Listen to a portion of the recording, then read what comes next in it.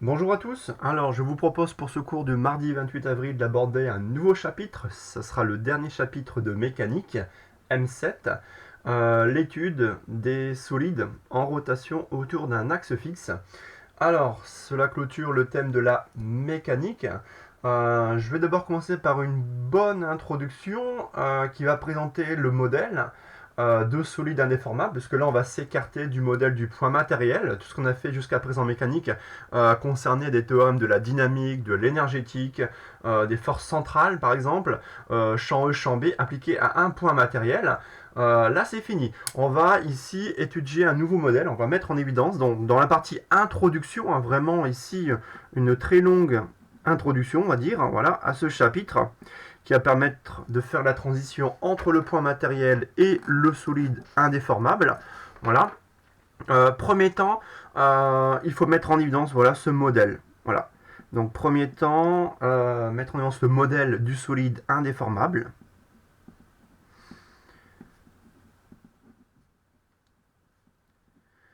Voilà. Donc voilà comment ici le définir. Bah, finalement, très rapidement, on va étudier un système de n points matériels de masse mi situés à distance constante les uns des autres. Donc ça, on va le noter. Donc il s'agit dans ce chapitre d'étudier un système de grand n points ici matériels. Donc grand n points matériels, toujours donc noté avec la notation m, sauf que ça sera m indice i, d'accord. De masse m minuscule indice i, situé à distance constante les uns des autres. Voilà. Situés à distance constante les uns des autres. D'accord. Voilà. Ça met en évidence voilà, le solide indéformable. Donc le système, quand on va présenter, quand on va ici étudier le système, donc le système étudié, voilà. Donc ici en accolade, ce sera le solide indéformable S. Donc ce sera un solide indéformable ici S. Donc souvent, vous allez voir dans ici par exemple la quantité du mouvement, ici ou le moment cinétique, on va noter S comme ceci. Vous voyez S majuscule comme étant ici la dénomination du solide indéformable. Donc le système est un solide indéformable.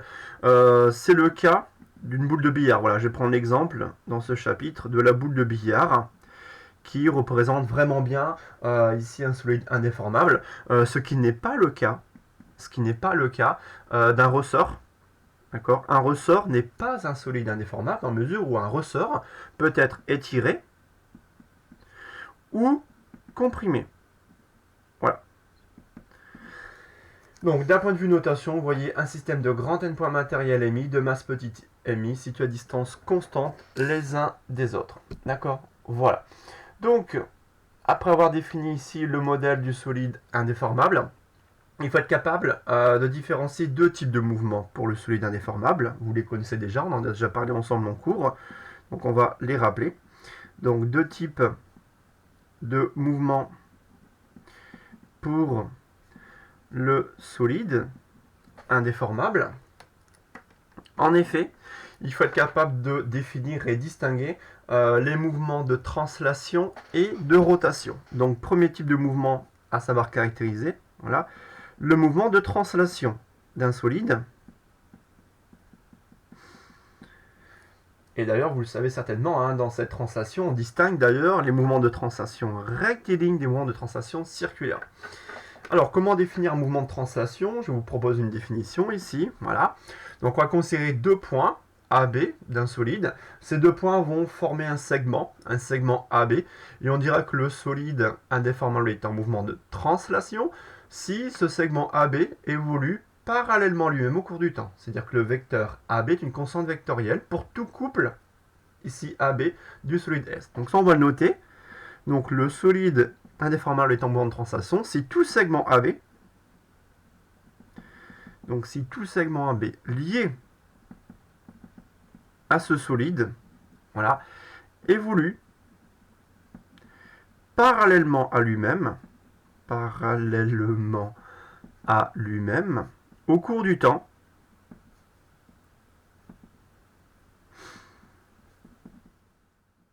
parallèlement à lui-même au cours du temps, voilà, c'est-à-dire, deux points, on peut alors définir un vecteur AB, d'accord, pour tout couple de points AB du solide, tel que ce vecteur AB soit une constante vectorielle, d'accord, tel que AB soit une constante vectorielle, d'accord, ça on va le noter, pour tout couple de points AB,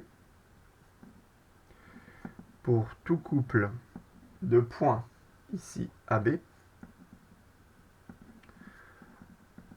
du solide S. Voilà. Dans ce cas, dire que ce vecteur AB est une constante vectorielle, cela signifie que la dérivée temporelle de ce vecteur est un vecteur nul dans le référentiel R d'étude. Dans ce cas, d'accord, dire que le vecteur AB est une constante vectorielle signifie que sa dérivée temporelle est un vecteur nul. Très bien.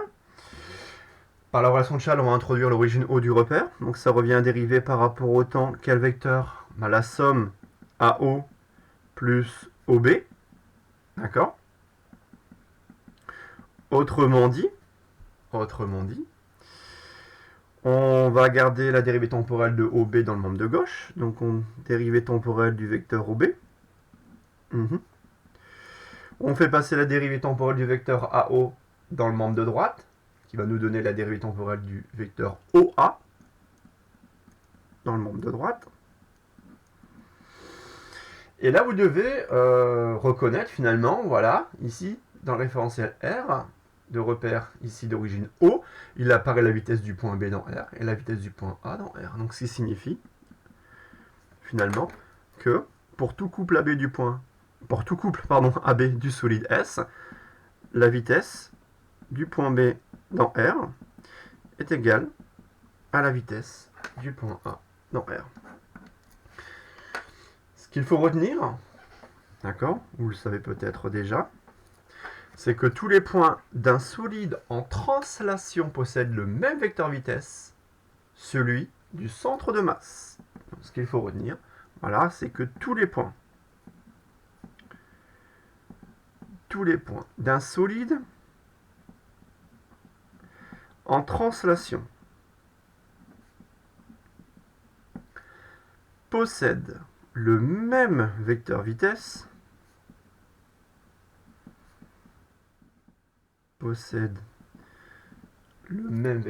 donc l'important de dire c'est que ça concerne tous les points du solide. Ici, en translation, tous ces points possèdent le même vecteur vitesse, lequel? Celui du centre de masse G. Voilà, on retrouve le point G, d'accord, le point G ici du solide indéformable. Et dans le cas d'une translation, tous les points ici, donc tels que la vitesse d'un point M quelconque, vous voyez, la vitesse d'un point M quelconque du solide, elle est égale à quoi? Ici, elle est égale finalement à la vitesse du point G dans R. Donc ça, c'est la vitesse d'un point M quelconque du solide. Elle s'identifie à la vitesse du point G du solide. Je monte un peu, voilà, pour des raisons de netteté. Et ça, c'est la dérivée temporelle du vecteur OG dans le référentiel R. Voilà. Propriété très importante, donc ce qu'il faut retenir d'un solide en translation. D'accord? Alors justement, il apparaît ce fameux point G, le centre de masse, où on définit la vitesse du centre de masse, V de G dans R. Il faut être capable également de définir le centre de masse. Le centre de masse est défini par une relation. Ouais. Donc où le centre de masse, G, est défini. Voilà. Donc on peut connaître la position du centre de masse par le vecteur OG. Donc la relation, également, cette relation est à connaître, d'accord? On a besoin de temps en temps en exo, à savoir, rappelez-vous, vous l'avez vu la dernière en maths, en terminale S, donc repérer le centre de masse IG revient à connaître ici la donnée du vecteur position OG, tel que, rappelez-vous, la somme sur I des OI MI OMI, pardon. Donc somme sur I.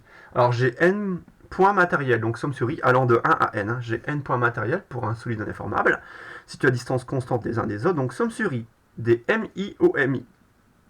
D'accord? Rappelez-vous, j'ai grand N points matériel MI de masse petit MI. Et ça me définit, voilà, somme sur I, ici, allant de 1 à N, des MI OG. Voilà, c'est-à-dire que là, cette relation permet d'extraire, voilà, l'information sur le vecteur OG. D'accord? Donc, repérer la position du centre de masse. C'est-à-dire que OG égale somme sur I des MI OMI divisé par la somme sur I des MI. D'accord? Voilà. Donc la relation, on voit bien que cette relation est homogène. Hein. À chaque fois, on a le produit masse fois vecteur position, masse fois vecteur position. Et ça permet ici de repérer la position du centre de masse. Bon. Donc, vitesse du centre de masse, position du centre de masse, et surtout, une fois qu'on a ces données-là, le mouvement d'un solide de translation peut s'étudier, finalement, comme celui d'un point matériel, d'accord, comme tous les points à la même vitesse, celle du centre de masse, grâce à un théorème.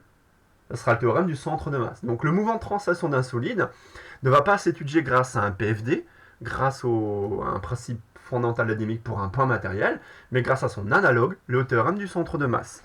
Donc là, ce qu'il faut également retenir, deuxième point, toujours dans cette étude d'un mouvement de translation, le mouvement d'un solide en translation, voilà, le mouvement d'un solide pareil, uniquement la pure translation dans un premier temps, peut s'étudier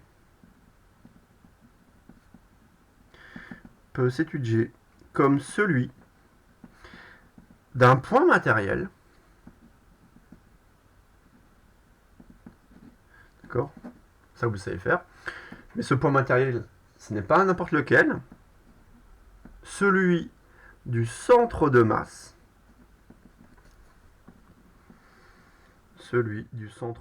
G, donc des fois elle est notée C dans l'énoncé, C, centre de masse, centre d'inertie, d'accord.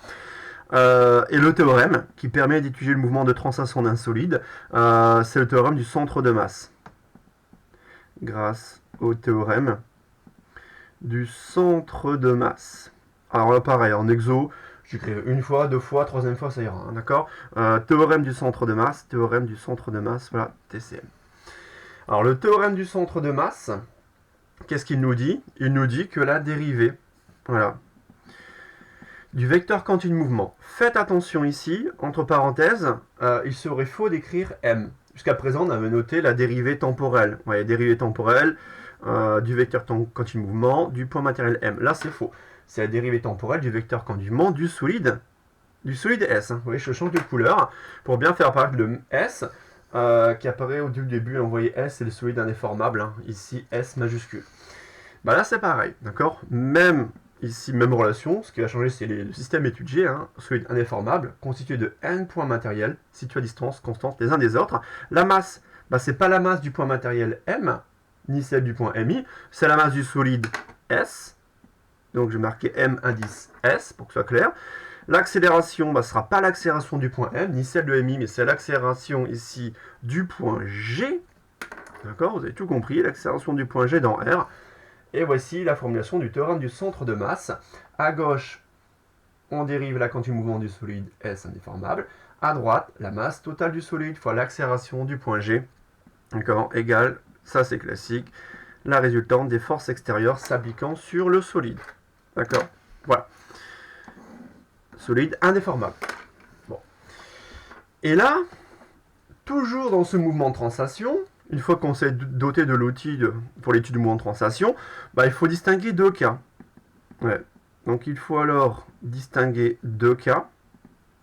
Deux mouvements ici de translation, lesquels les mouvements de translation rectilignes, en effet, de la translation circulaire. Translation rectiligne. Alors dans le poly de cours, je vais vous transférer également la fiche correspondante, je vais vous la montrer juste maintenant, voilà. Alors, translation rectiligne, le cas classique, ici on va prendre le cas d'un solide, donc une voiture.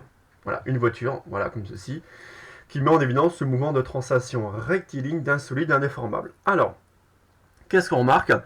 On remarque voilà, que tous les points du solide, tous les points de la voiture, et j'en prends deux, A et B, sont deux points quelconques du solide indéformable. Et bien finalement, vous voyez que ces deux points, les points A et B, ont tous les deux des trajectoires rectilignes, et ces trajectoires rectilignes sont parallèles entre elles. Et vous pouvez prendre n'importe quel point ici, voilà, de la voiture, considéré comme étant un solide S indéformable. Tous ces points auront des trajectoires rectilignes parallèles entre elles. Et remarquez que voilà, caractéristique d'une translation, le vecteur AB est une constante vectorielle. À chaque instant, le vecteur AB garde la même direction, le même sens, la même norme. D'accord? Donc ça, on va le noter pour caractériser une translation rectiligne. Donc voilà, ayez bien en tête cette configuration-là. Donc on va noter que pour une translation rectiligne, tous les points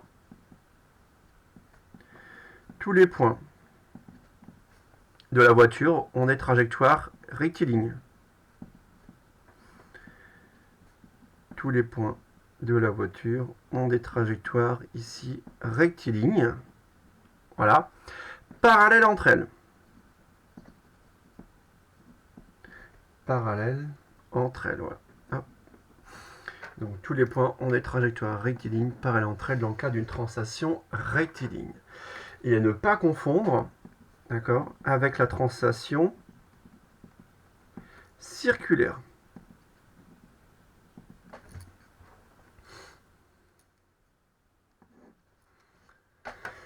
Alors, translation circulaire, on va prendre l'exemple de la grande roue. Voilà, la grande roue, ici. On va prendre la cabine. On va prendre des cabines. On va pas prendre un point du rayon. Attention, on prend un point de la cabine. Je prends cette cabine ici. Ben, en fait, si on considère n'importe quel point de cette cabine, d'accord, n'importe quel point de cette cabine aura une trajectoire circulaire. Ouais. Alors, non, attention, maintenant, il faudra considérer ensuite quel est le point considéré pour considérer le centre. Mais dans tous les cas, n'importe quel point de cette cabine aura une trajectoire circulaire de rayons identiques, mais dont les centres seront décalés, les uns par rapport aux autres. En effet, selon le point considéré dans la cabine, que ce soit le point du dessus, le point du milieu ou le point du dessus, d'accord, le rayon de la trajectoire circulaire sera le même, mais le centre sera décalé. Alors là, c'est vrai que ça ne se voit pas tant que ça sur le schéma. Pour ça que derrière, je vous ai mis, voilà, ici deux cas de figure. Là, ça se voit. Le premier cas, là, pour éviter de confondre, hein, c'est dans le paragraphe, ne pas confondre les mouvements de translation circulaire de rotation autour d'un axe fixe. Ça, c'est de la rotation. Ça, oui, c'est mouvement d'une cabine, par exemple, en rotation autour d'un axe fixe. Ça, c'est de la translation circulaire. Pourquoi? Bon, j'ai pris 3 points, comme je l'ai dit, 3 points d'une même cabine. Donc, un point sur ici au centre, un point sur le côté supérieur et un point sur le côté inférieur. Mais on remarque que voilà, chacun des 3 points ici décrit une trajectoire circulaire de même rayon, mais dont les centres, évidemment, les centres sont décalés. D'accord? Donc voici le cas, vous voyez, d'une translation rectiligne. Donc pour connaître le centre, il faut bien sûr considérer le point de la cabine. D'accord? Donc ça, c'est très important, on va le noter, et on reviendra sur la différence entre translation circulaire, d'accord, et mouvement de rotation autour d'un axe fixe. Ça, la cabine, ici, est bien un mouvement de translation circulaire. D'accord? Bon. Donc ça, on va le noter. Tous les points de la cabine de la grande roue, tous les points de la cabine de la grande roue, ouais, faut que je fasse attention à écrire un peu plus grand pour que ce soit plus visible, parce que quand je commence à écrire plus petit, c'est moins visible. Donc tous les points de la cabine de la grande roue, j'ai dit, ont des trajectoires circulaires,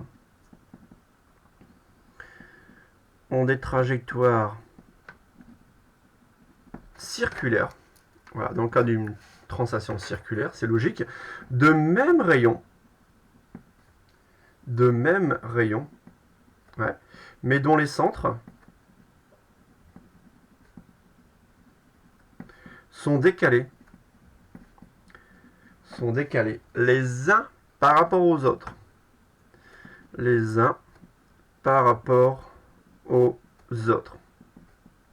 Voilà. Ok, donc les centres décalés, même rayon, trajectoire circulaire, donc distingué de cas, CF poli. CF Poly pour bien visualiser la différence entre une translation rectiligne et une translation circulaire. Bon, j'espère que c'est un peu plus clair. Souvent en cours, hein, je fais la démonstration, pour que ce soit plus clair avec une boîte de craie. Une boîte de craie, on voit bien la différence entre une translation rectiligne et une translation circulaire. Je pense que je l'ai même déjà fait cette année, montrer la différence entre les deux mouvements de translation. Donc voilà, tout ça, ça résume la translation d'un solide. Vous l'avez sûrement vu avec M. Aubert, d'accord. La vitesse de n'importe quel point ici est égale à sanctifiée à celle du centre de masse. Il faut savoir repérer le centre de masse ici, d'accord, par cette relation vectorielle, et savoir utiliser et appliquer correctement le théorème du centre de masse pour étudier un mouvement de translation. Mouvement de translation qui apparaît dans le cas ici où il faut différencier les translations rectilignes et translations circulaires. Bon, deuxième temps. Ici, on va s'intéresser au mouvement, donc deuxième temps, mouvement de rotation. Deuxième temps, ici, mouvement de rotation du solide indéformable. Alors, ça sera évidemment rotation autour d'un axe fixe. D'accord? Alors, ça pareil sur, voilà, le poly que je vous ai donné, mouvement de rotation d'un axe fixe, j'ai pris l'exemple d'un haltère. Voilà. Donc, pour ceux qui font la musculation parmi vous, d'accord? Voilà, vous avez l'haltère. Alors, ici, j'ai pris deux points, toujours deux points A et B d'un haltère. Ici, on peut prendre n'importe quel point. Et on remarque que le point A, finalement, si on regarde, ce point A est en mouvement circulaire. D'accord? Autour du point H, c'est le centre du cercle. Et en fait, ce point H, c'est quoi? C'est le projeté orthogonal, ici, du point A sur l'axe de rotation. En fait, l'axe de rotation, je ne l'ai pas fait assez figurer ici. Ici, EZ. D'accord, EZ, ici étant l'axe delta, d'accord, OZ et l'axe delta, le vecteur unitaire pour avoir un axe de rotation fixe orienté. Donc en fait, H est le projeté orthogonal de A sur l'axe de rotation, tout comme Q est le projeté orthogonal de B sur l'axe de rotation delta, d'accord, orienté par le vecteur unitaire EZ. La vue de dessus montre clairement que, en effet, le point A décrit une trajectoire circulaire de rayon HA autour de H projeté orthogonal sur l'axe delta. L'axe delta, ici, c'est l'axe OZ. D'accord? Donc, ça, on va le noter. Pour définir un mouvement de rotation d'un point ici autour d'un axe OZ, il faut projeter ce point sur l'axe de rotation. Ça ne fera pas oublier d'effectuer la projection du point sur l'axe de rotation pour avoir le rayon du cercle. Le rayon du cercle dépend bien de la distance entre le point MI considéré et H, on va dire H étant le projeté orthogonal, enfin HI en fait. HI, on va noter en cours, HI est le projeté orthogonal de n'importe quel point MI du solide indéformable en rotation autour d'un axe. D'accord? Donc, on y va ici, mouvement de rotation. Alors, si chaque point MI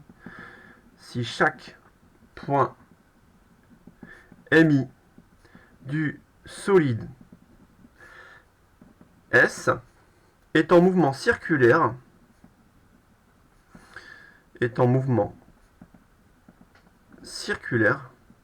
voilà, autour de son projeté orthogonal, alors là j'ai généralisé, j'ai pas pris A et B, j'ai pris, voilà, un point MI, autour de son projeté orthogonal HI, autour de son projeté, il n'y a qu'un seul T à projeté orthogonal, bon c'est pas grave, de son projeté orthogonal HI, sur l'axe de rotation delta. Sur l'axe de rotation delta. Donc là, il faudra bien faire attention. Voilà. Trajectoire circulaire autour, voilà, ici, directement, de son projeté orthogonal. Voilà. Bon. Alors, là, c'est l'exemple, hein, CF Poly, par le mouvement des points A et B. Bon. Dans ce cas, le rayon du cercle,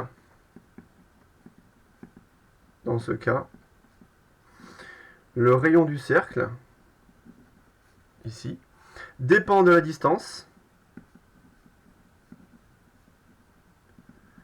Ici, en fait, c'est la distance directement. Hein. R indice I, et je note R indice I, HI MI. D'accord? Donc ce rayon, d'accord, ici. Donc la distance, en fait, cette HIMI, dépend de la distance. Sa distance, attention, je vais peut-être le mettre en rouge, distance du point.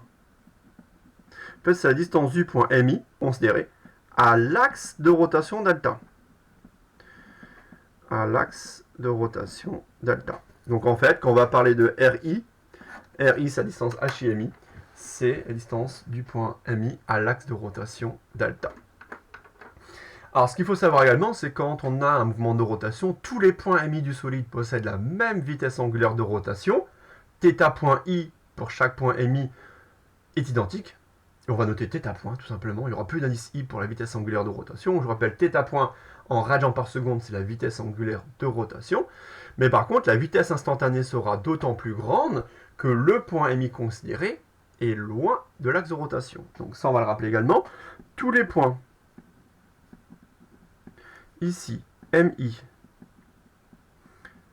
du solide S, possèdent la même vitesse angulaire de rotation. Possède la même vitesse angulaire de rotation. C'est-à-dire qu'on va noter tout simplement pour chaque point MI, alors θ point I, tout simplement, hein, alors évidemment, voilà, a priori, une dépense temporelle, égale θ point, donc on ne met plus l'indice I, et ça c'est oméga. D'accord? Donc là, la seule différence, c'est que je retire l'indice I quand la vitesse angulaire, elle est commune à chaque point MI. Mais par contre, donc même vitesse angulaire de rotation, mais une vitesse instantanée,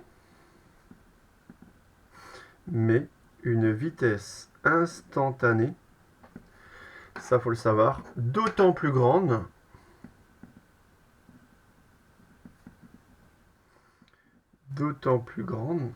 que le point MI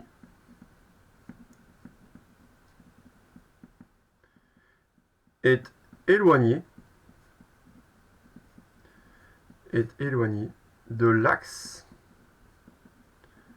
de la rotation. Ouais.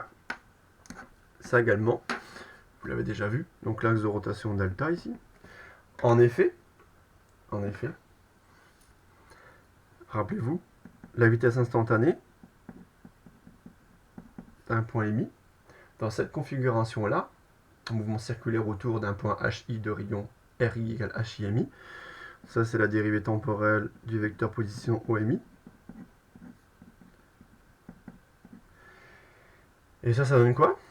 Enfin, vous le savez, hein, le rayon RI étant ici une constante, ça donnera RI θ.I Eθ, vitesse qui est purement orthoradiale, θ.I égale θ point pour chaque point MI, donc ça donne RI θ.Eθ. Voilà. Ça c'est la vitesse instantanée d'un point MI d'un solide S en rotation autour d'un axe fixe. D'accord? Ici, voilà. On reprécise une nouvelle fois, ça souvent j'ai du mal.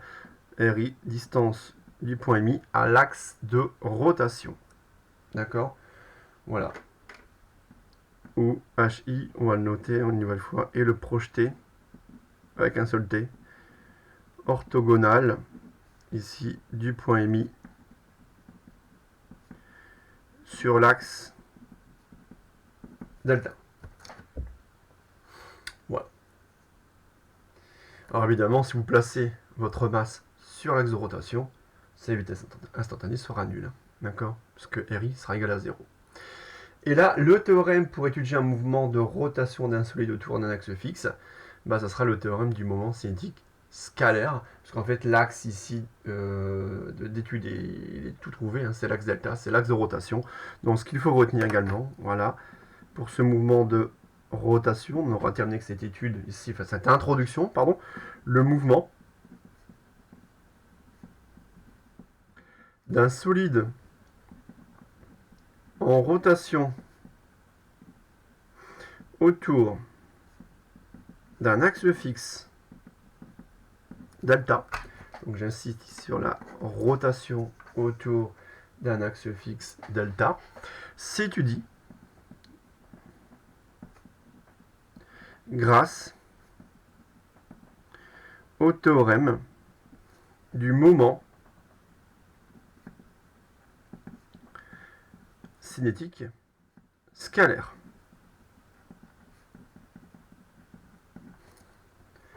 Donc théorème du moment cinétique scalaire. Rappelez-vous, on dérive par rapport au temps le moment cinétique, ouais. Mais attention, ne mettez plus le point M entre parenthèses, mais mettez le solide S indéformable, qui cette fois-ci est en rotation autour de l'axe delta fixe orienté. Et ça sera somme sur I allant de A à N des moments scalaires des forces extérieures. Voilà. Bon. Voilà. Et nous, en fait, à partir de maintenant, dans les paragraphes qui vont suivre, ce qui va nous intéresser vraiment, c'est le mouvement de rotation, en fait. Hein. Donc, il peut se rajouter un mouvement de translation, mais en fait, le mouvement de rotation est très important ici pour nous cette année. Et surtout, une fois qu'on est capable d'expliciter le moment cinétique d'un solide en rotation, bon, on saura écrire l'expression du théorème du moment cinétique. Parce que là, c'est une expression qui est générale.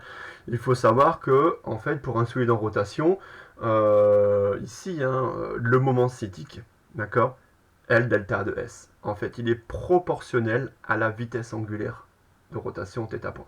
Donc ça, c'est l'objet du premier paragraphe, d'accord, c'est exprimer le moment cinétique pour un solide en rotation autour d'un axe fixe, d'accord, pour réécrire le théorème du moment cinétique scalaire. On y va. Allez, grand 1, premier paragraphe. C'est la réécriture, hein, c'est la loi du moment cinétique. Donc on va réécrire en fait le théorème, hein, le théorème du moment cinétique pour un solide en rotation autour d'un axe fixe. Voilà. Et une fois qu'on aura ce L delta, on sera capable d'écrire le théorème du moment cinétique scalaire. Donc premier temps, allez, on va exprimer ce moment cinétique.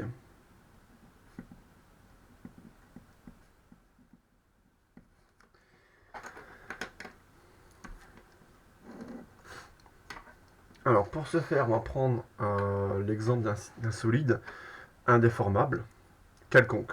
Alors, l'habitude de représenter une patate. Faites quelque chose qui ressemble à une patate.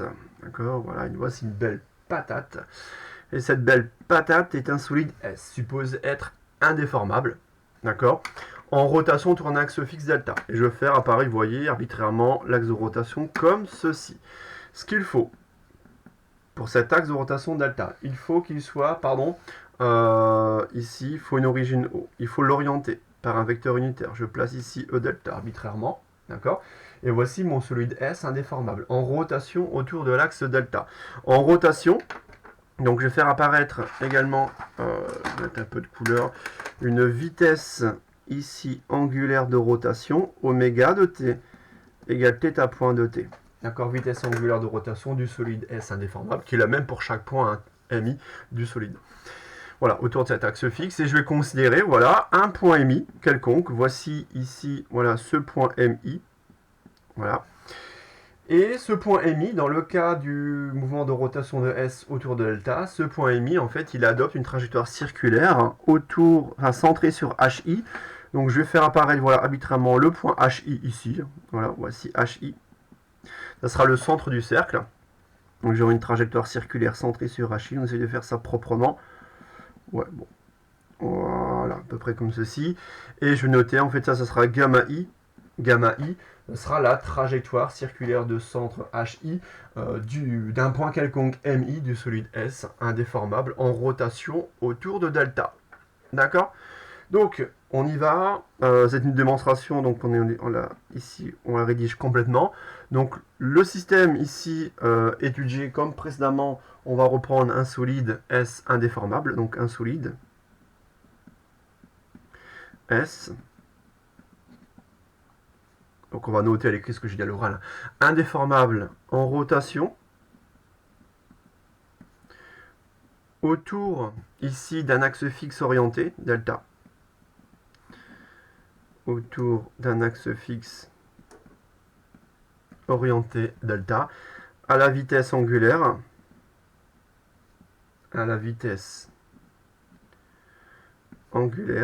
θ point égale oméga en radians par seconde. Voilà.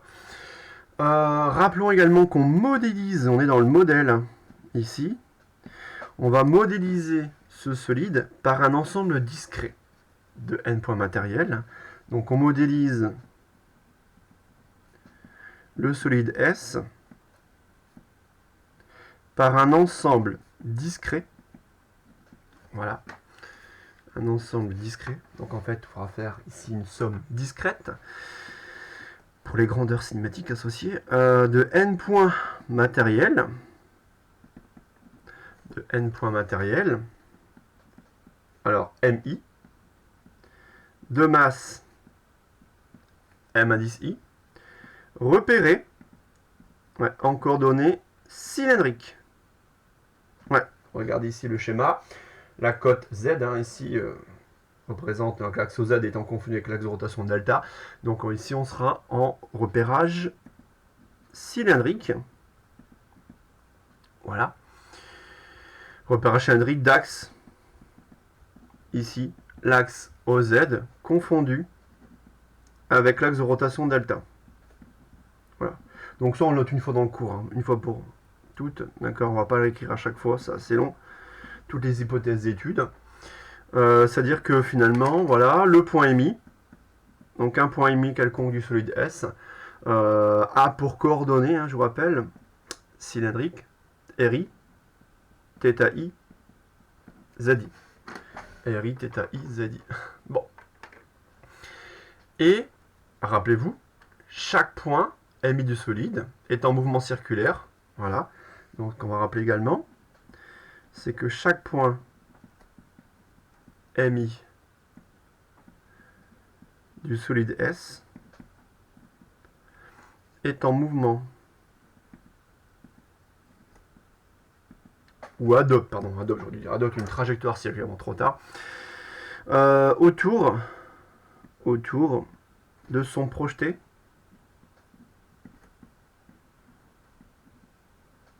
orthogonal HI sur l'axe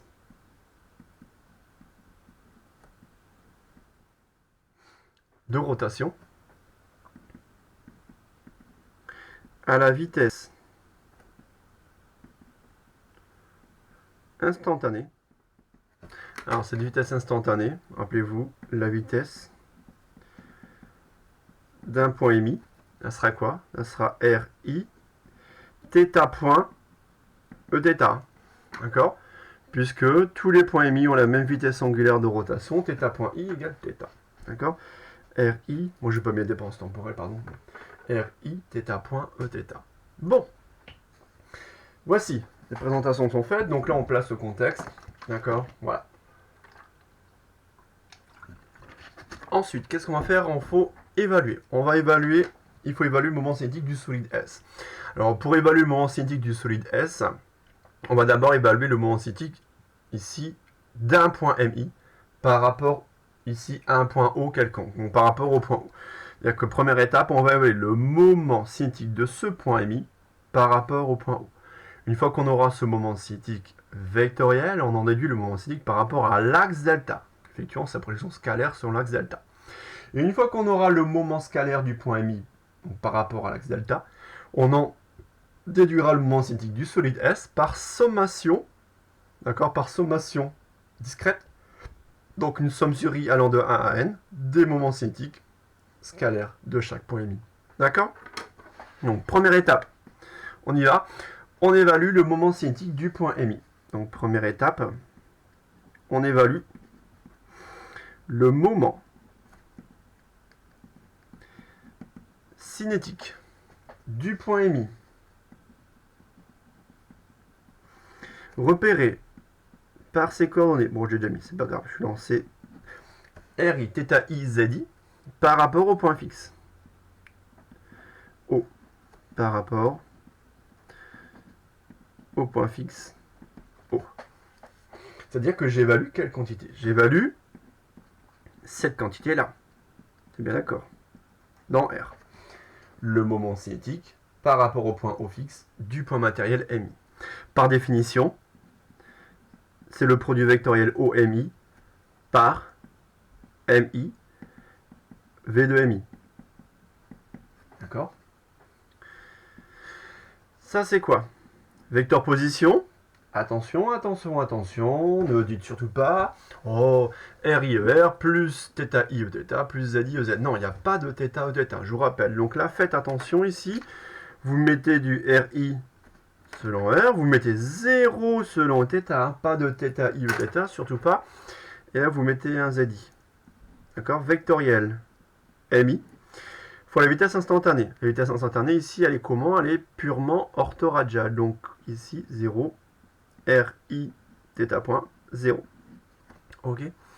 On y va. Dans la base cylindrique, on effectue le produit vectoriel. Alors, pour avoir la première ligne du produit vectoriel, je vais barrer celle-ci.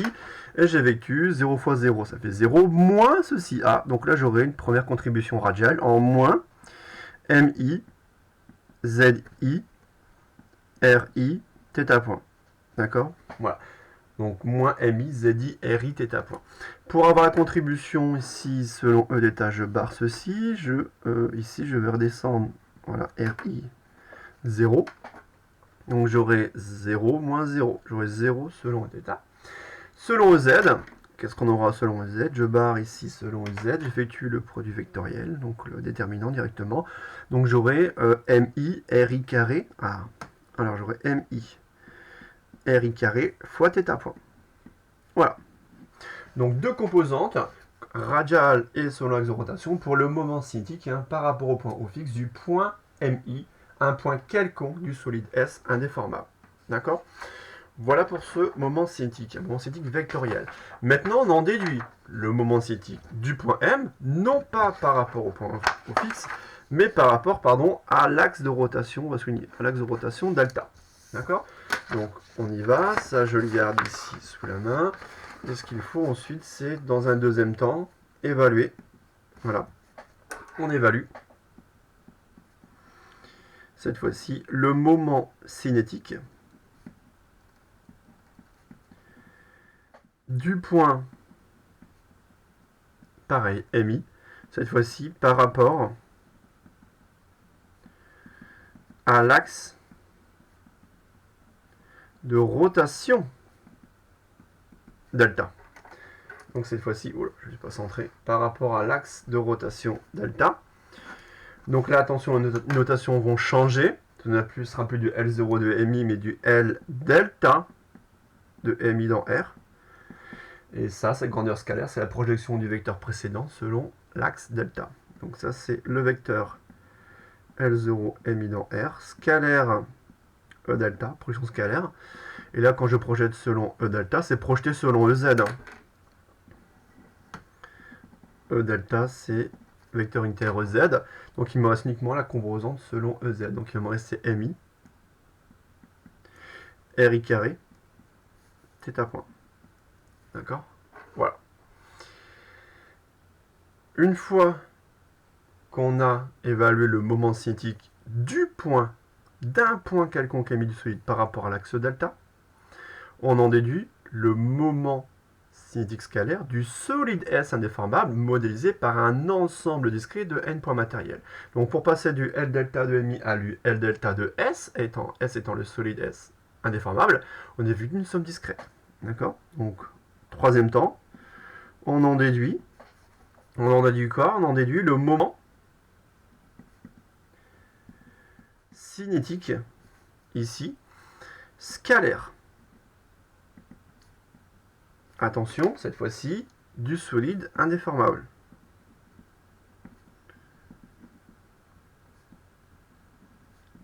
Notez S. Alors, moment cinétique scalaire, ça signifie qu'on l'évalue par rapport à l'axe de rotation delta, évidemment. Donc là, ce qu'il faut évaluer, c'est non plus un L delta de MI, mais un L delta de S dans R. D'accord? Donc ça, je peux retirer, c'est bon. Donc on va évaluer un L delta de S dans R. Et ça, par définition de notre modèle, il suffit de faire une somme discrète allant de 1 à N. D'accord? De quoi? Des moments scalaires précédents de chaque point matériel. D'accord? Ça, c'est un modèle discret. C'est également une modélisation continue, où là, on ferait des sommes continues, donc des intégrales. intégrale triple sur le volume disponible. D'accord? Là, c'est pas le cas, c'est pas le cadre du cours, c'est pas le modèle envisagé. Là, on fait simplement des sommes discrètes. Donc là, on fait une somme. Somme sur quoi? Bah, ça fait somme sur i allant de 1 à n des mi ri carré θ point. Et en fait, qu'est-ce qui dépend de i? C'est la masse et ri. Alors ri, rappelez-vous, hein, ri, c'est la distance HIMI, distance du point M, I considéré à l'axe de rotation. Ben, en fait, ce qui est sous la somme, c'est simplement le terme en MI ri carré. Θ point, il est en dehors. Et θ point, c'est la vitesse angulaire de rotation. Donc on retrouve le fait que ceci, la somme sur i, c'est une constante multiplicative près, d'accord, positive, ce qu'on appelle le moment d'inertie par rapport à l'axe. Ça, c'est le moment qu'on note J delta. J delta, θ point, d'accord, ou J delta oméga. Voilà. Voici ce qu'il faut retenir. Ce qu'il faut vraiment connaître par cœur, cette relation, vraiment. Ici, L delta de S dans R égale J delta θ point, où il apparaît J delta. C'est la somme sur i allant de 1 à n, de quoi des mi, ri carré. Ça, c'est quoi? C'est le moment d'inertie par rapport à un axe orienté. Pas le moment d'inertie du solide, pardon. C'est le moment d'inertie du solide S,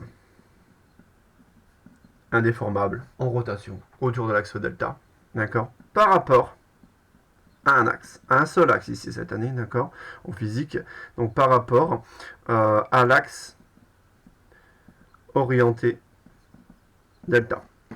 Donc moment d'inertie par rapport à un axe. L'unité, kilogramme, mètre carré. Donc kilogramme, mètre carré. Voilà. Sens physique quand même. On va donner comme préciser le sens physique d'un moment d'inertie. D'accord? Même si je sais qu'en SI vous avez l'habitude de travailler avec des matrices d'inertie, donc plusieurs scalaires, nous ça sera un seul scalaire par rapport à un seul axe. Donc ce qu'il faut savoir, c'est que J delta, en fait, moment d'inertie, il va traduire la répartition interne des masses du solide. Donc J delta traduit la répartition interne des masses du solide. D'accord? Et voilà, plus la masse MI est éloignée de l'axe de rotation, plus RI est grande et plus sa contribution au moment d'inertie est importante. Vous doublez la distance du point MI à l'axe de rotation, vous quadruplez le moment d'inertie. D'accord? Donc plus la masse MI est éloignée de l'axe de rotation, plus sa contribution au moment d'inertie J delta est élevée.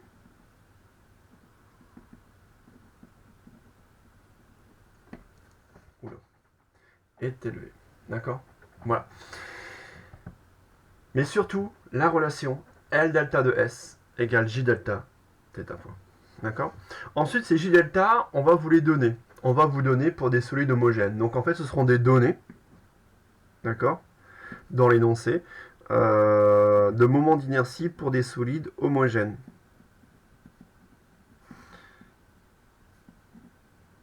Alors, je vous donne quelques exemples en cours. Alors, ça pardon, il ne faut pas les connaître, il ne faut pas les apprendre. D'accord?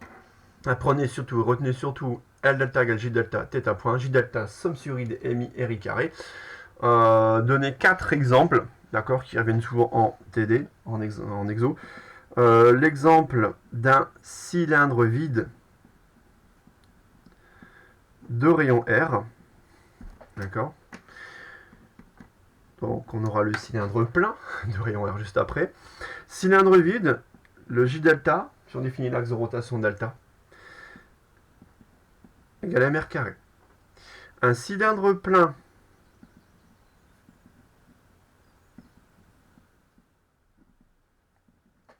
de rayon R.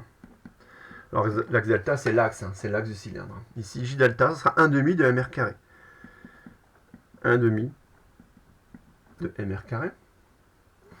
une boule de rayon R. Rappelez-vous la fameuse boule de billard. Ici, on est à 2/5 de mr carré.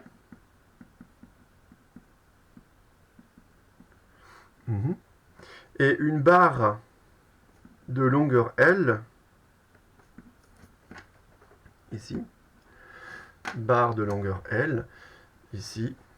Alors, là, par contre, je vais faire un petit schéma quand même. Voilà. Ici, c'est la barre de longueur L.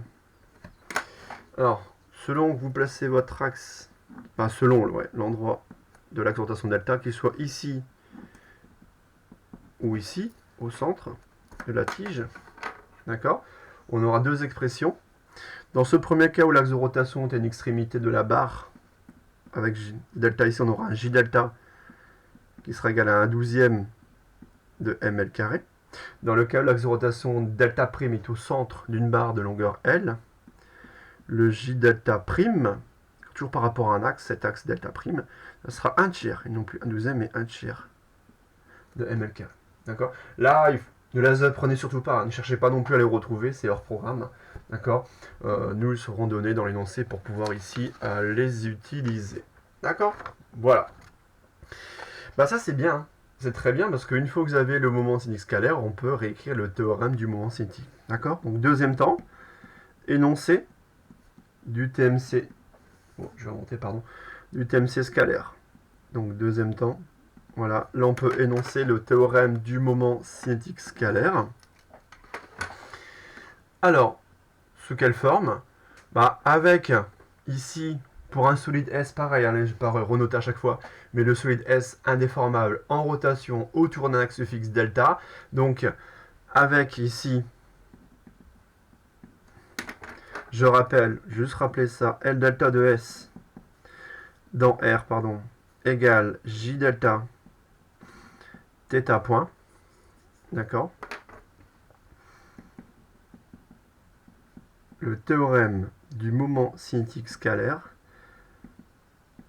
se réécrit. Alors se réécrit parce qu'on l'a noté en introduction. Rappelez-vous, en introduction, pour décrire un mouvement de rotation d'un solide S autour d'un axe de rotation delta, on va utiliser le théorème du moment cinétique. Et bien là, qu'est-ce qu'on va dire? On va dire que la dérivée de L delta de S par rapport au temps, dans R, bah ça maintenant je connais cette quantité. Je connais L delta de S. Et L delta de S, c'est J delta θ point. Alors oui, la seule dépense temporelle, ce qu'il faut dériver par rapport au temps, elle n'est pas dans J delta. Hein. Le moment d'inertie ne dépend pas du temps. La dépense temporelle, évidemment, elle est dans θ point. Je ne l'ai pas mise tout à l'heure, je peux la mettre là. C'est-à-dire que là, quand on dérive ceci par rapport au temps, dériver L delta de S par rapport au temps, ça revient dériver par rapport au temps un θ point. Donc là, on aura J delta θ point point. Donc J delta θ point point. Donc je vais bien parler avec mes deux points, ça passe sur la caméra très bien. Donc J delta θ point point égale somme sur I allant de 1 à n des moments des forces extérieures. Voilà, même formulation. Voilà, ici. Donc ce qui change uniquement, c'est le membre de gauche, enfin la dérivée temporelle du moment cinétique scalaire d'un solide. C'est-à-dire que voilà, très rapidement, on va écrire ceci. Hein. Voilà, directement, J delta θ point point égale à ça. On pourra éventuellement préciser ça, hein. Ça montrera qu'évidemment vous connaissez le moment cinétique scalaire d'un solide, mais en TD1, directement on marquera J delta θ point point. Voilà. Ou θ point point, c'est l'accélération angulaire, c'est la dérivée temporelle de la vitesse angulaire oméga également. D'accord? Voilà. Évidemment, si vous avez un membre de droite ici nul, d'accord, si la somme sur I allant de 1 à n des m delta des forces extérieures ici s'appliquant sur le point MI est égal à 0. Qu'est-ce que ça signifie? Ça signifie que θ point point égale à 0, l'accélération angulaire est nulle, donc la vitesse angulaire est constante. Attention. Alors, on va noter, hein, si ce membre de droite est égal à 0, le solide S,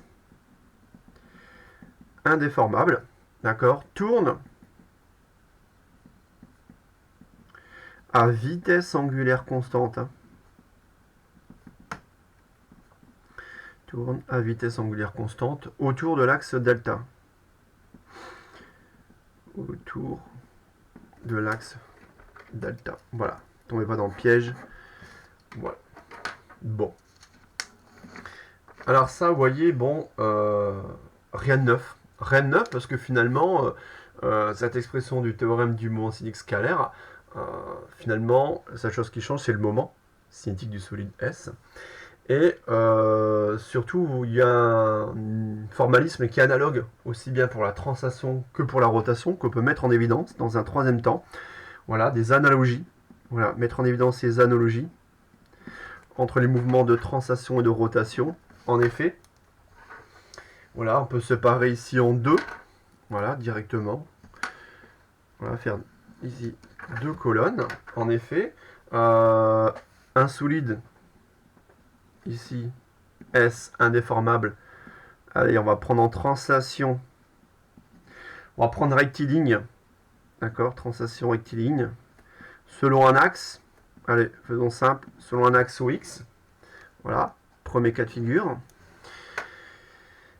Que l'on va comparer à un solide S indéformable en rotation autour d'un axe fixe delta. En rotation autour d'un axe fixe delta. Alors, la loi qui permet d'étudier la translation rectiligne d'un solide S indéformable en translation rectiligne, bah c'est le théorème du centre de masse.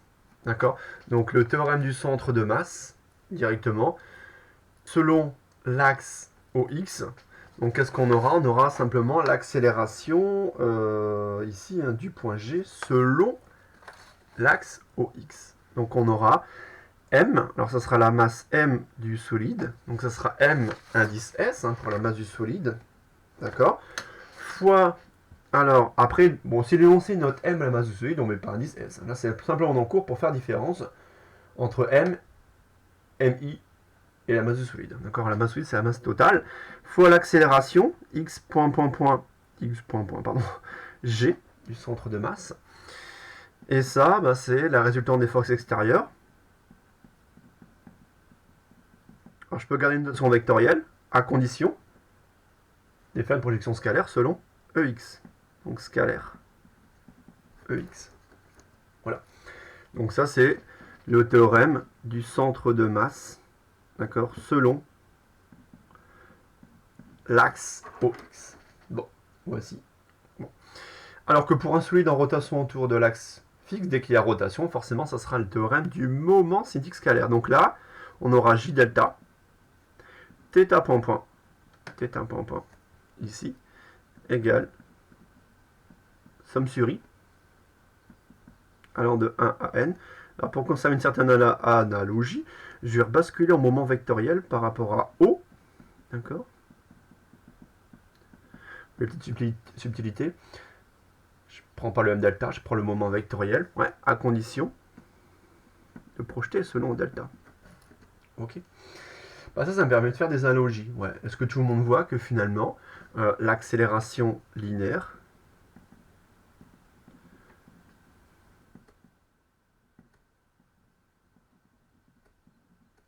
du point G, x point G, elle est analogue à l'accélération angulaire.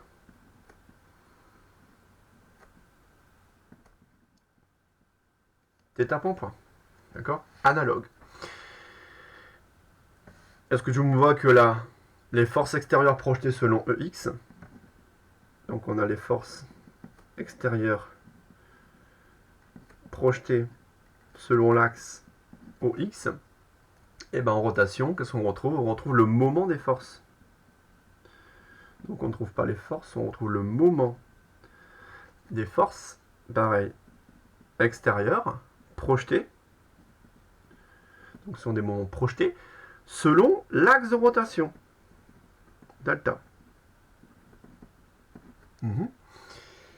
Et ensuite, ce qui est intéressant de remarquer, c'est que, voilà, la masse, on va dire, allez, inerte ou inertielle du solide, S, noté MS, bah, cette masse inerte du solide MS est analogue au moment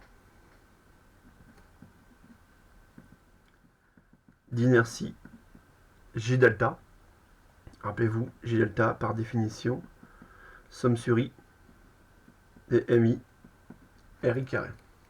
D'accord? Et tout comme la masse inerte du solide S pour un solide en translation, bah, le moment d'inertie, en fait, plus au moment d'inertie J delta est grand, plus il sera difficile de modifier la rotation autour de l'axe fixe. Donc ça, on va le noter ici en dessous. Je ne vais pas passer les places, je vais faire sur la ligne complète. Plus ici J delta est grand, donc plus le moment d'inertie J delta d'un solide indéformable autour de l'axe delta fixe est grand, plus il est difficile, j'écris un peu plus grand, c'est vrai que j'écris des fois de plus en plus petit, mais il ne faut pas s'en... Ouais. Plus il est difficile de modifier sa rotation. Plus il est difficile de modifier sa rotation, autour de l'axe considéré, l'axe delta. D'accord? Donc tout comme la masse inerte, le moment d'inertie, plus ce moment d'inertie est élevé, plus il sera difficile, d'accord, de ralentir ou d'accélérer ici le solide autour de l'axe. D'accord? Voilà. Ensuite, il y a comme une force qui est importante pour un solide, c'est le poids en fait.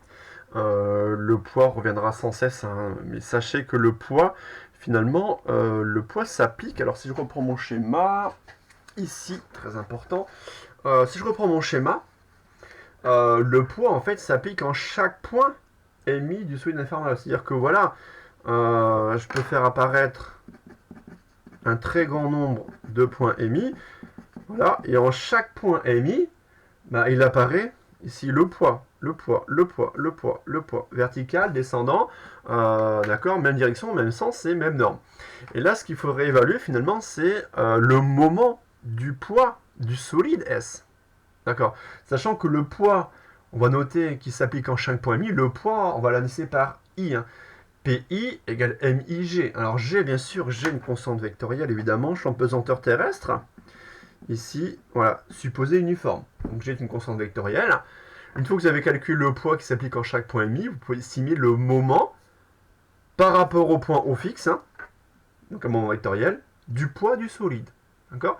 Et en fait, on va retrouver un résultat classique, vous le savez certainement, c'est que le poids d'un solide indéformable, ici, bah, le poids d'un système de n points matériels, bah, ça correspond au poids de l'ensemble du système, s'appliquant en un unique point, le point G. C'est-à-dire que voilà, si on place le point G, alors je sais pas, je vais le mettre, voilà, on va le mettre ici par exemple, on va, là, pour raison de clarté, je vais mettre le point G ici, voilà, c'est-à-dire que, voilà, on va montrer que finalement, voilà, le poids ici, d'un système de n points matériels, va s'appliquer au centre de masse G. Donc inutile de considérer le poids s'appliquant à chaque point émis, on considérera à chaque fois que le poids s'applique en G. D'accord? Donc ça, c'est le petit 4, calcul du moment du poids.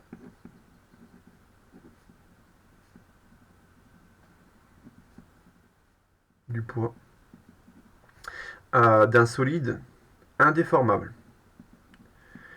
Calcul du moment du poids d'un solide indéformable.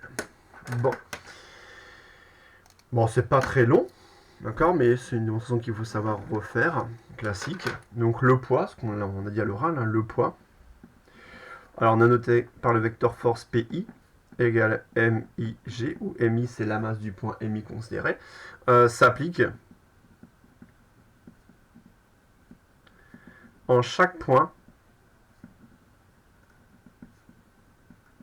MI du solide S.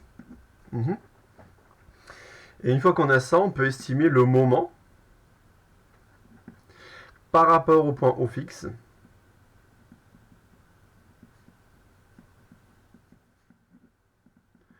Donc le moment par rapport au point O fixe du poids du solide S, ici. Alors que vaut-il? C'est une grandeur vectorielle, on l'évalue par rapport au point O fixe, moment du poids, ici.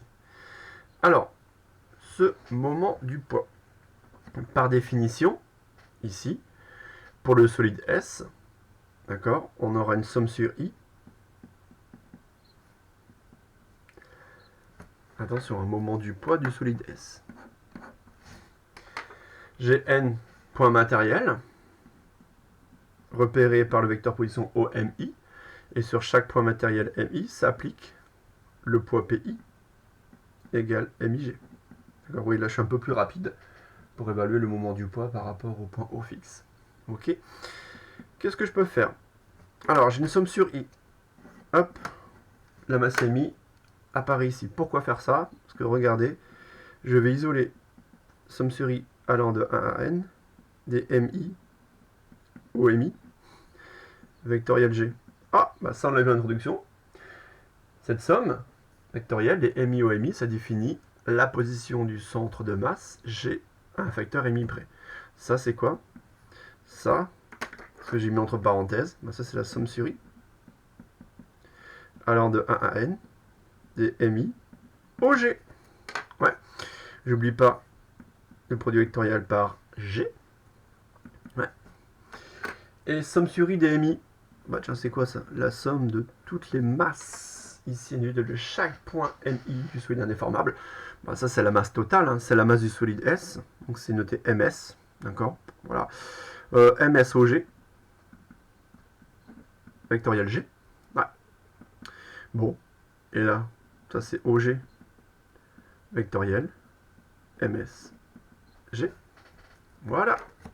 Donc la réécriture du moment par rapport au point O fixe du poids du solide indéformable, bah, vous montre quoi? Vous montre que finalement, le poids sera une seule force s'appliquant en quel point? En point G. D'accord? Sachant que le poids considéré, ici, ce sera mg, masse de solide fois G. D'accord? Donc le poids, on va le noter en dessous. Voilà. Le poids d'un système de grand N points matériels,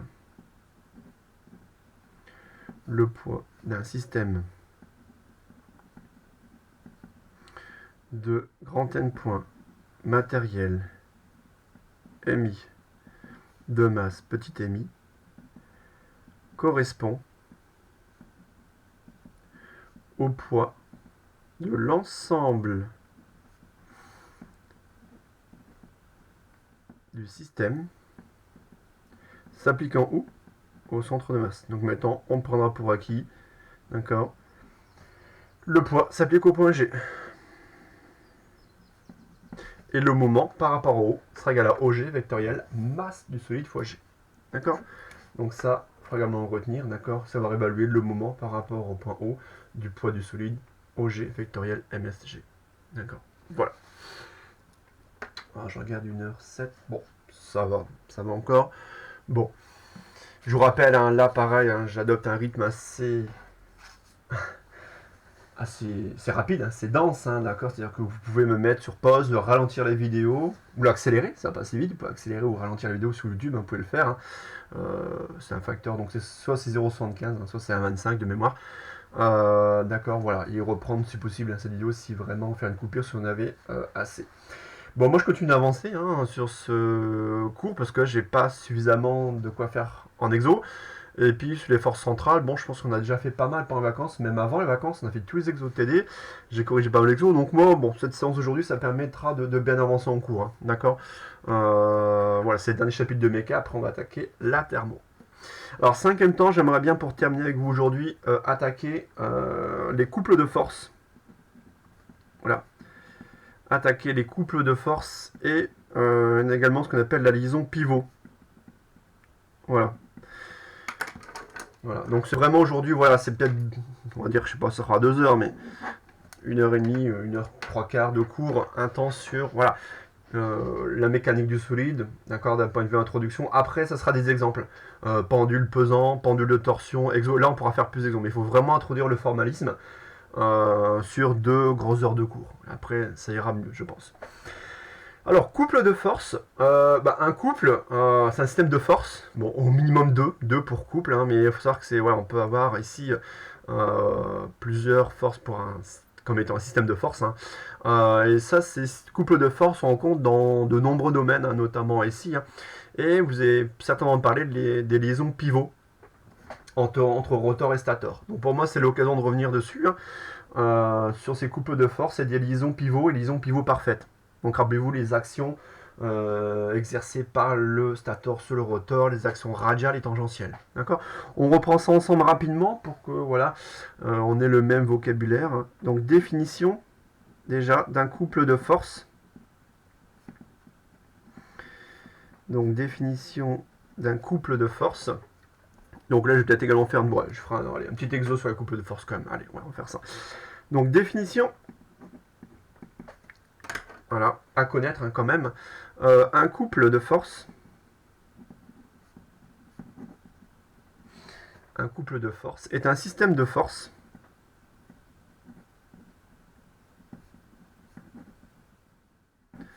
au minimum 2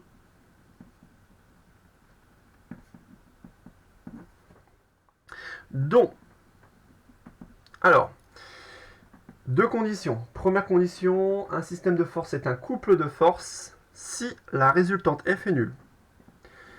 Donc première condition, il faut que la résultante F est nulle. Ok, première condition.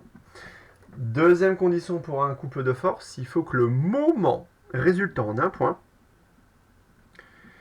le moment résultant en un point, soit, quant à lui, non nul. Deuxième condition. Donc, un système de force est un couple de force si la résultante est nulle et si le moment résultant en un point est non nul. D'accord? Bon. Alors, souvent, on note couple le moment résultant du couple de force. D'accord? Souvent, donc c'est un abus de langage. D'accord? Donc, remarque, on appelle couple. Alors qu'attention, il s'agit d'un couple de force.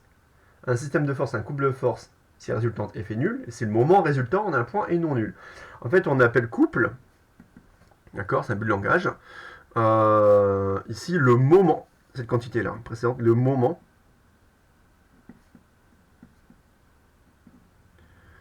résultant, alors souvent, vous voyez, gamma, souvent avec un gamma majuscule, non, ça vous dit rien, du couple de force. Bon. Donc on appelle couple le moment résultant du couple de force. Alors pourquoi si on parle, rappelez-vous, de couple moteur, de couple résistant. En fait, voilà, c'est le moment résultant d'un couple de force. Bon, voilà, bon, c'est pas... Bon. Et en fait, ce couple, ce moment résultant, d'accord, on ne précise pas. C'est en fait le moment évalué ici en un point du couple de force, il est indépendant du point choisi. C'est-à-dire qu'on ne précise pas. D'accord? Sans préciser, on ne précise pas. C'est indépendant du point d'évaluation. Donc sans préciser le point d'évaluation. D'accord? Voilà. Parce que le moment évalué en un point ici d'un couple de force, il est indépendant du point choisi pour le calculer. D'accord? Alors ça peut paraître très abstrait. D'accord? Donc là, je vais faire, allez, on va faire une petite pause application. Exemple. Petit exo quand même. On va faire un petit exo pour couper ce cours, pardon. Alors, on va prendre ici, on va prendre 3 cas. Les 3 cas. 3 cas de figure. Dans les 3 cas, le système sera soumis à 2 forces telles que la résultante soit nulle. Donc 3 systèmes, d'accord, voilà. Donc on a, exemple, on aura 3 systèmes, ici, soumis. Allez, on va prendre 2 forces. 2 forces, F1 et F2. C'est-à-dire qu'on va faire des schémas. Il faudra s'arranger sur les schémas pour que les résultantes soient nulles. Donc on va s'arranger. Il faudra faire attention au fait que la somme vectorielle des deux vecteurs force, F1 plus F2, égale vecteur nul. D'accord? Voilà. Et en fait, il faudra savoir, il faudra connaître si effectivement le système de force ici est un couple ou non. Donc en fait, je vais vous demander de calculer ici le moment résultant. Donc calculer le moment résultant du couple de forces, d'accord, dans les trois cas suivants. Voilà. Alors, ensuite, il faudra conclure. Est-ce que finalement le système de force est un couple ou non? Sachant que la première condition est déjà validée. Ouais. Il faut que, voilà, un système de force, c'est un couple de force, et les résultantes F est nul. Donc là, la première condition est déjà vérifiée. La seconde, il faudra le faire par nous-mêmes. On y va. Donc on va partager en 3, on y va. 3 cas de figure. Tac. Et voilà. Donc 3 cas de figure. On y va. Un cas idéal, on va prendre, voilà, un point M. Voilà. Sur ce point M s'exerce deux forces. Je regarde, j'ai pas de règle sur moi. Ah si, j'ai une règle là, une grande règle, bon ça fera l'affaire. Alors, deux forces, F1, F2, de telle sorte que la résultante soit nulle. Bah, le cas le plus simple, voilà, c'est de faire deux vecteurs force de même longueur, de même direction, mais de sens opposé. Là, on a bien, c'est bien d'accord, hein. Ici, voilà, une résultante des forces qui est égale à 0. F1, ça c'est un 2. Bon, j'ai mis 2 à gauche et 1 à droite. Bon, c'est pareil. D'accord. Voilà. F1, F2. Et ici, il faut évaluer le moment résultant d'un point O quelconque. D'accord. Alors, ce point O, voilà, ce point, c'est un point O quelconque, un point d'évaluation. D'accord. On peut placer n'importe où. D'accord. Et il faut évaluer le moment résultant. Alors, ce moment résultant, c'est ce qu'on appelle le couple. Vous voyez, c'est ce couple. Le moment résultant gamma, c'est le couple. D'accord. Donc on va calculer le moment résultant du couple de ces deux forces qui s'applique en un point M. D'accord. Donc on va calculer, voilà, en fait, ce couple gamma, c'est une grandeur vectorielle, ben c'est quoi? Ben c'est la somme des moments évalués par rapport à un point O quelconque. D'accord. Moment. Somme des moments des forces extérieures s'appliquant sur le point M. Et ces moments, on l'évalue par rapport à un point O. Alors ce point O, on peut le mettre là. Hein. D'accord. Voilà. Qu'est-ce qu'on va faire? Là, on va développer. Donc ça sera quoi? Ça sera finalement, donc ici, point d'évaluation, donc vecteur position, OM vectoriel F1, plus OM, voilà, vectoriel F2. Par définition, des moments de chacune des forces évaluées par rapport au point O. Qu'est-ce que je peux faire? Je peux mettre en facteur le vecteur position, OM vectoriel F1 plus F2. Ben là, c'est terminé. Puisqu'on a dit que la somme vectorielle ici des deux forces est égale au vecteur nul, la résultante des forces F1 F2 ici est nulle. Donc là on a le vecteur nul. Voilà. Donc on multiplie le vecteur position OM par un vecteur nul. Donc ça nous retourne le vecteur nul. Et là, on voit bien que ici, le moment résultant du couple des deux forces, il est nul. Et ça ne respecte pas la deuxième condition. C'est-à-dire que ce système de force, ici, n'est pas un couple. Conclusion. Ce système de force, F1, F2, n'est pas un couple de force. Puisque le moment résultant, il est nul. Il n'est pas non nul. D'accord? Voilà. Premier cas. Deuxième cas, on va prendre ici directement un cercle. D'accord? Deux rayons R et deux centres de masse G. D'accord? Donc on y va, on va faire apparaître ici hop, un point centre de masse. Alors, on y va, le cercle.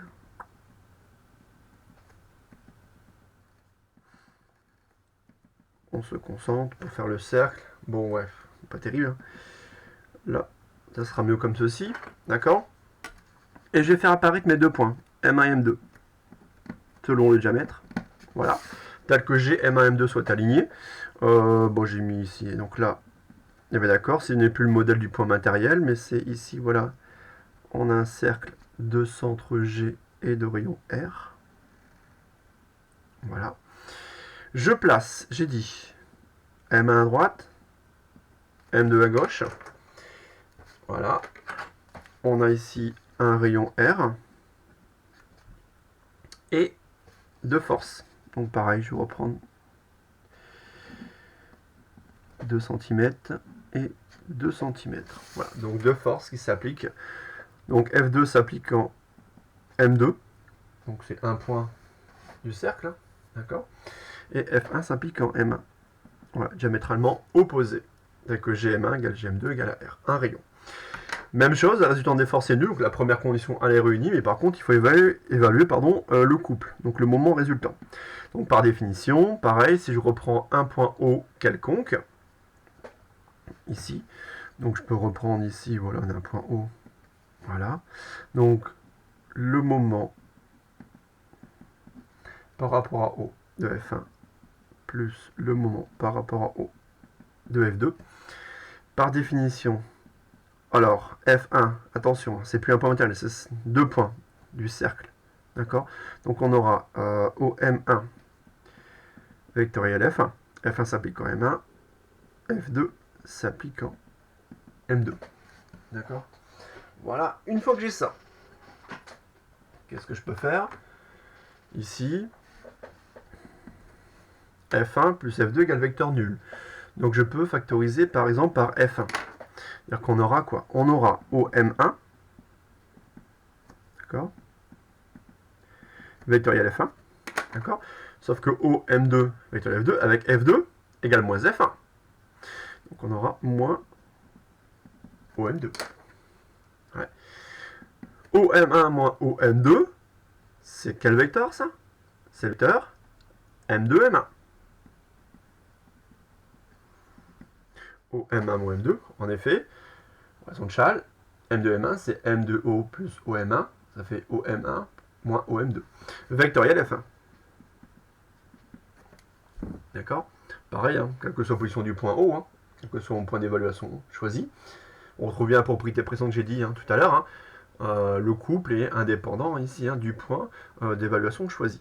Donc M2, M1 vectoriel F1, et on regarde M2, M1 vectoriel F1, on regarde la configuration telle qu'on a choisie, ça nous retourne un vecteur nul. Conclusion, dans cette configuration-là, où ça peut paraître être un couple de forces, en fait ça ne l'est pas. Le système de force, dans ce deuxième cas-là, n'est pas un couple de force, puisque le moment résultant, il est nul. Donc ce système de force, dans cette configuration-là, F1, F2, n'est pas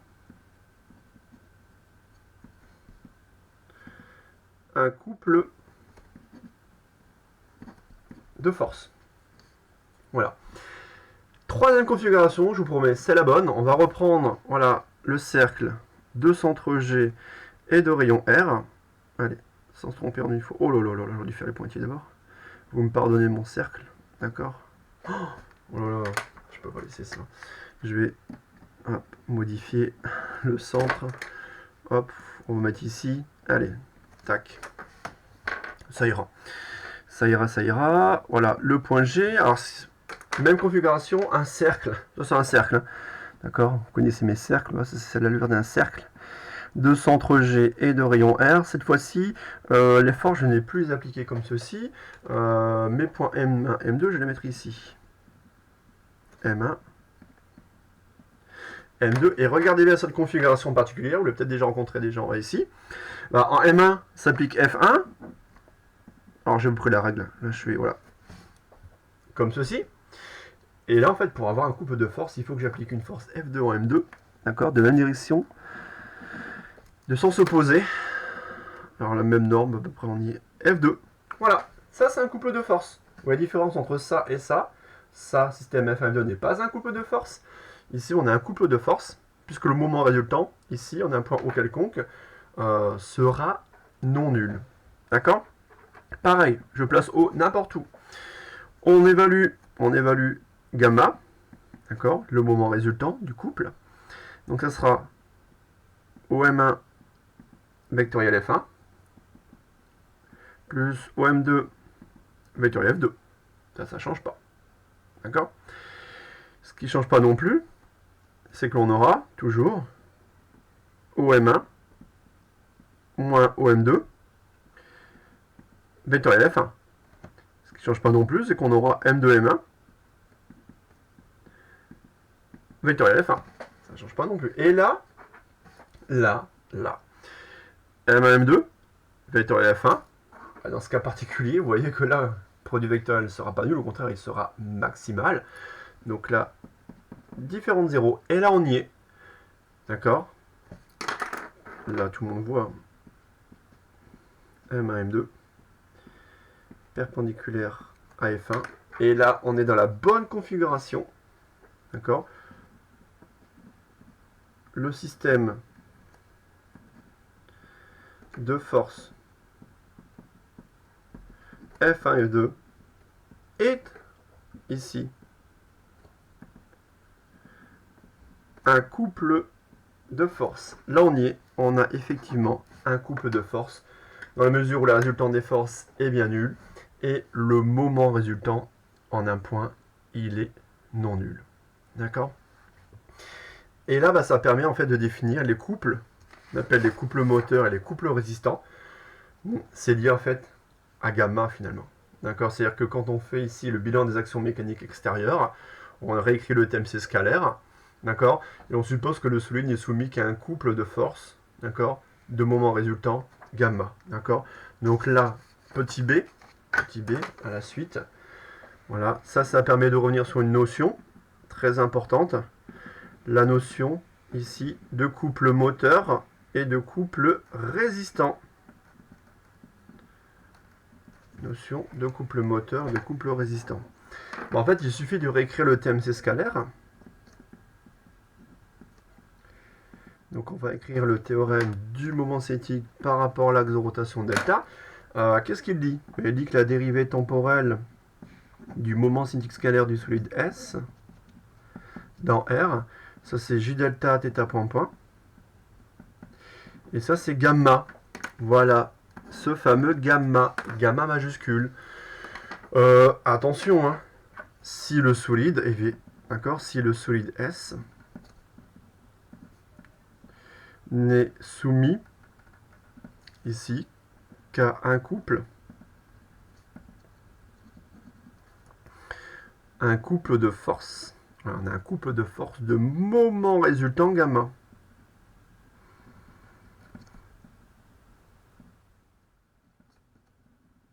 Donc là, on a un seul couple de force à prendre en compte, gamma. Et là, vous retrouvez la notion de couple moteur et de couple résistant. En effet, si gamma est strictement positif, il se passe quoi? J delta étant strictement positif, somme sur I des mi et I carré, il n'y a aucune ambiguïté. Si gamma est strictement positif, alors θ point point l'est également. La rotation du solide est accélérée. La rotation du solide, elle est accélérée. Au contraire, si on a un couple gamma négatif,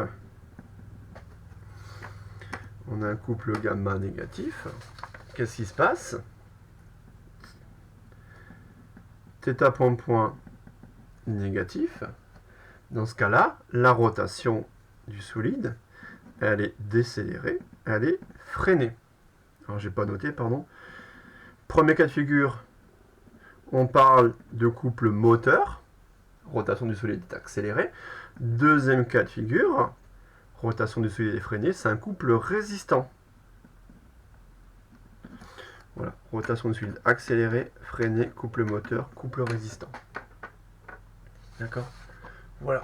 En notant, bien évidemment, un gamma, ici, directement, le moment résultant du couple de force. D'accord?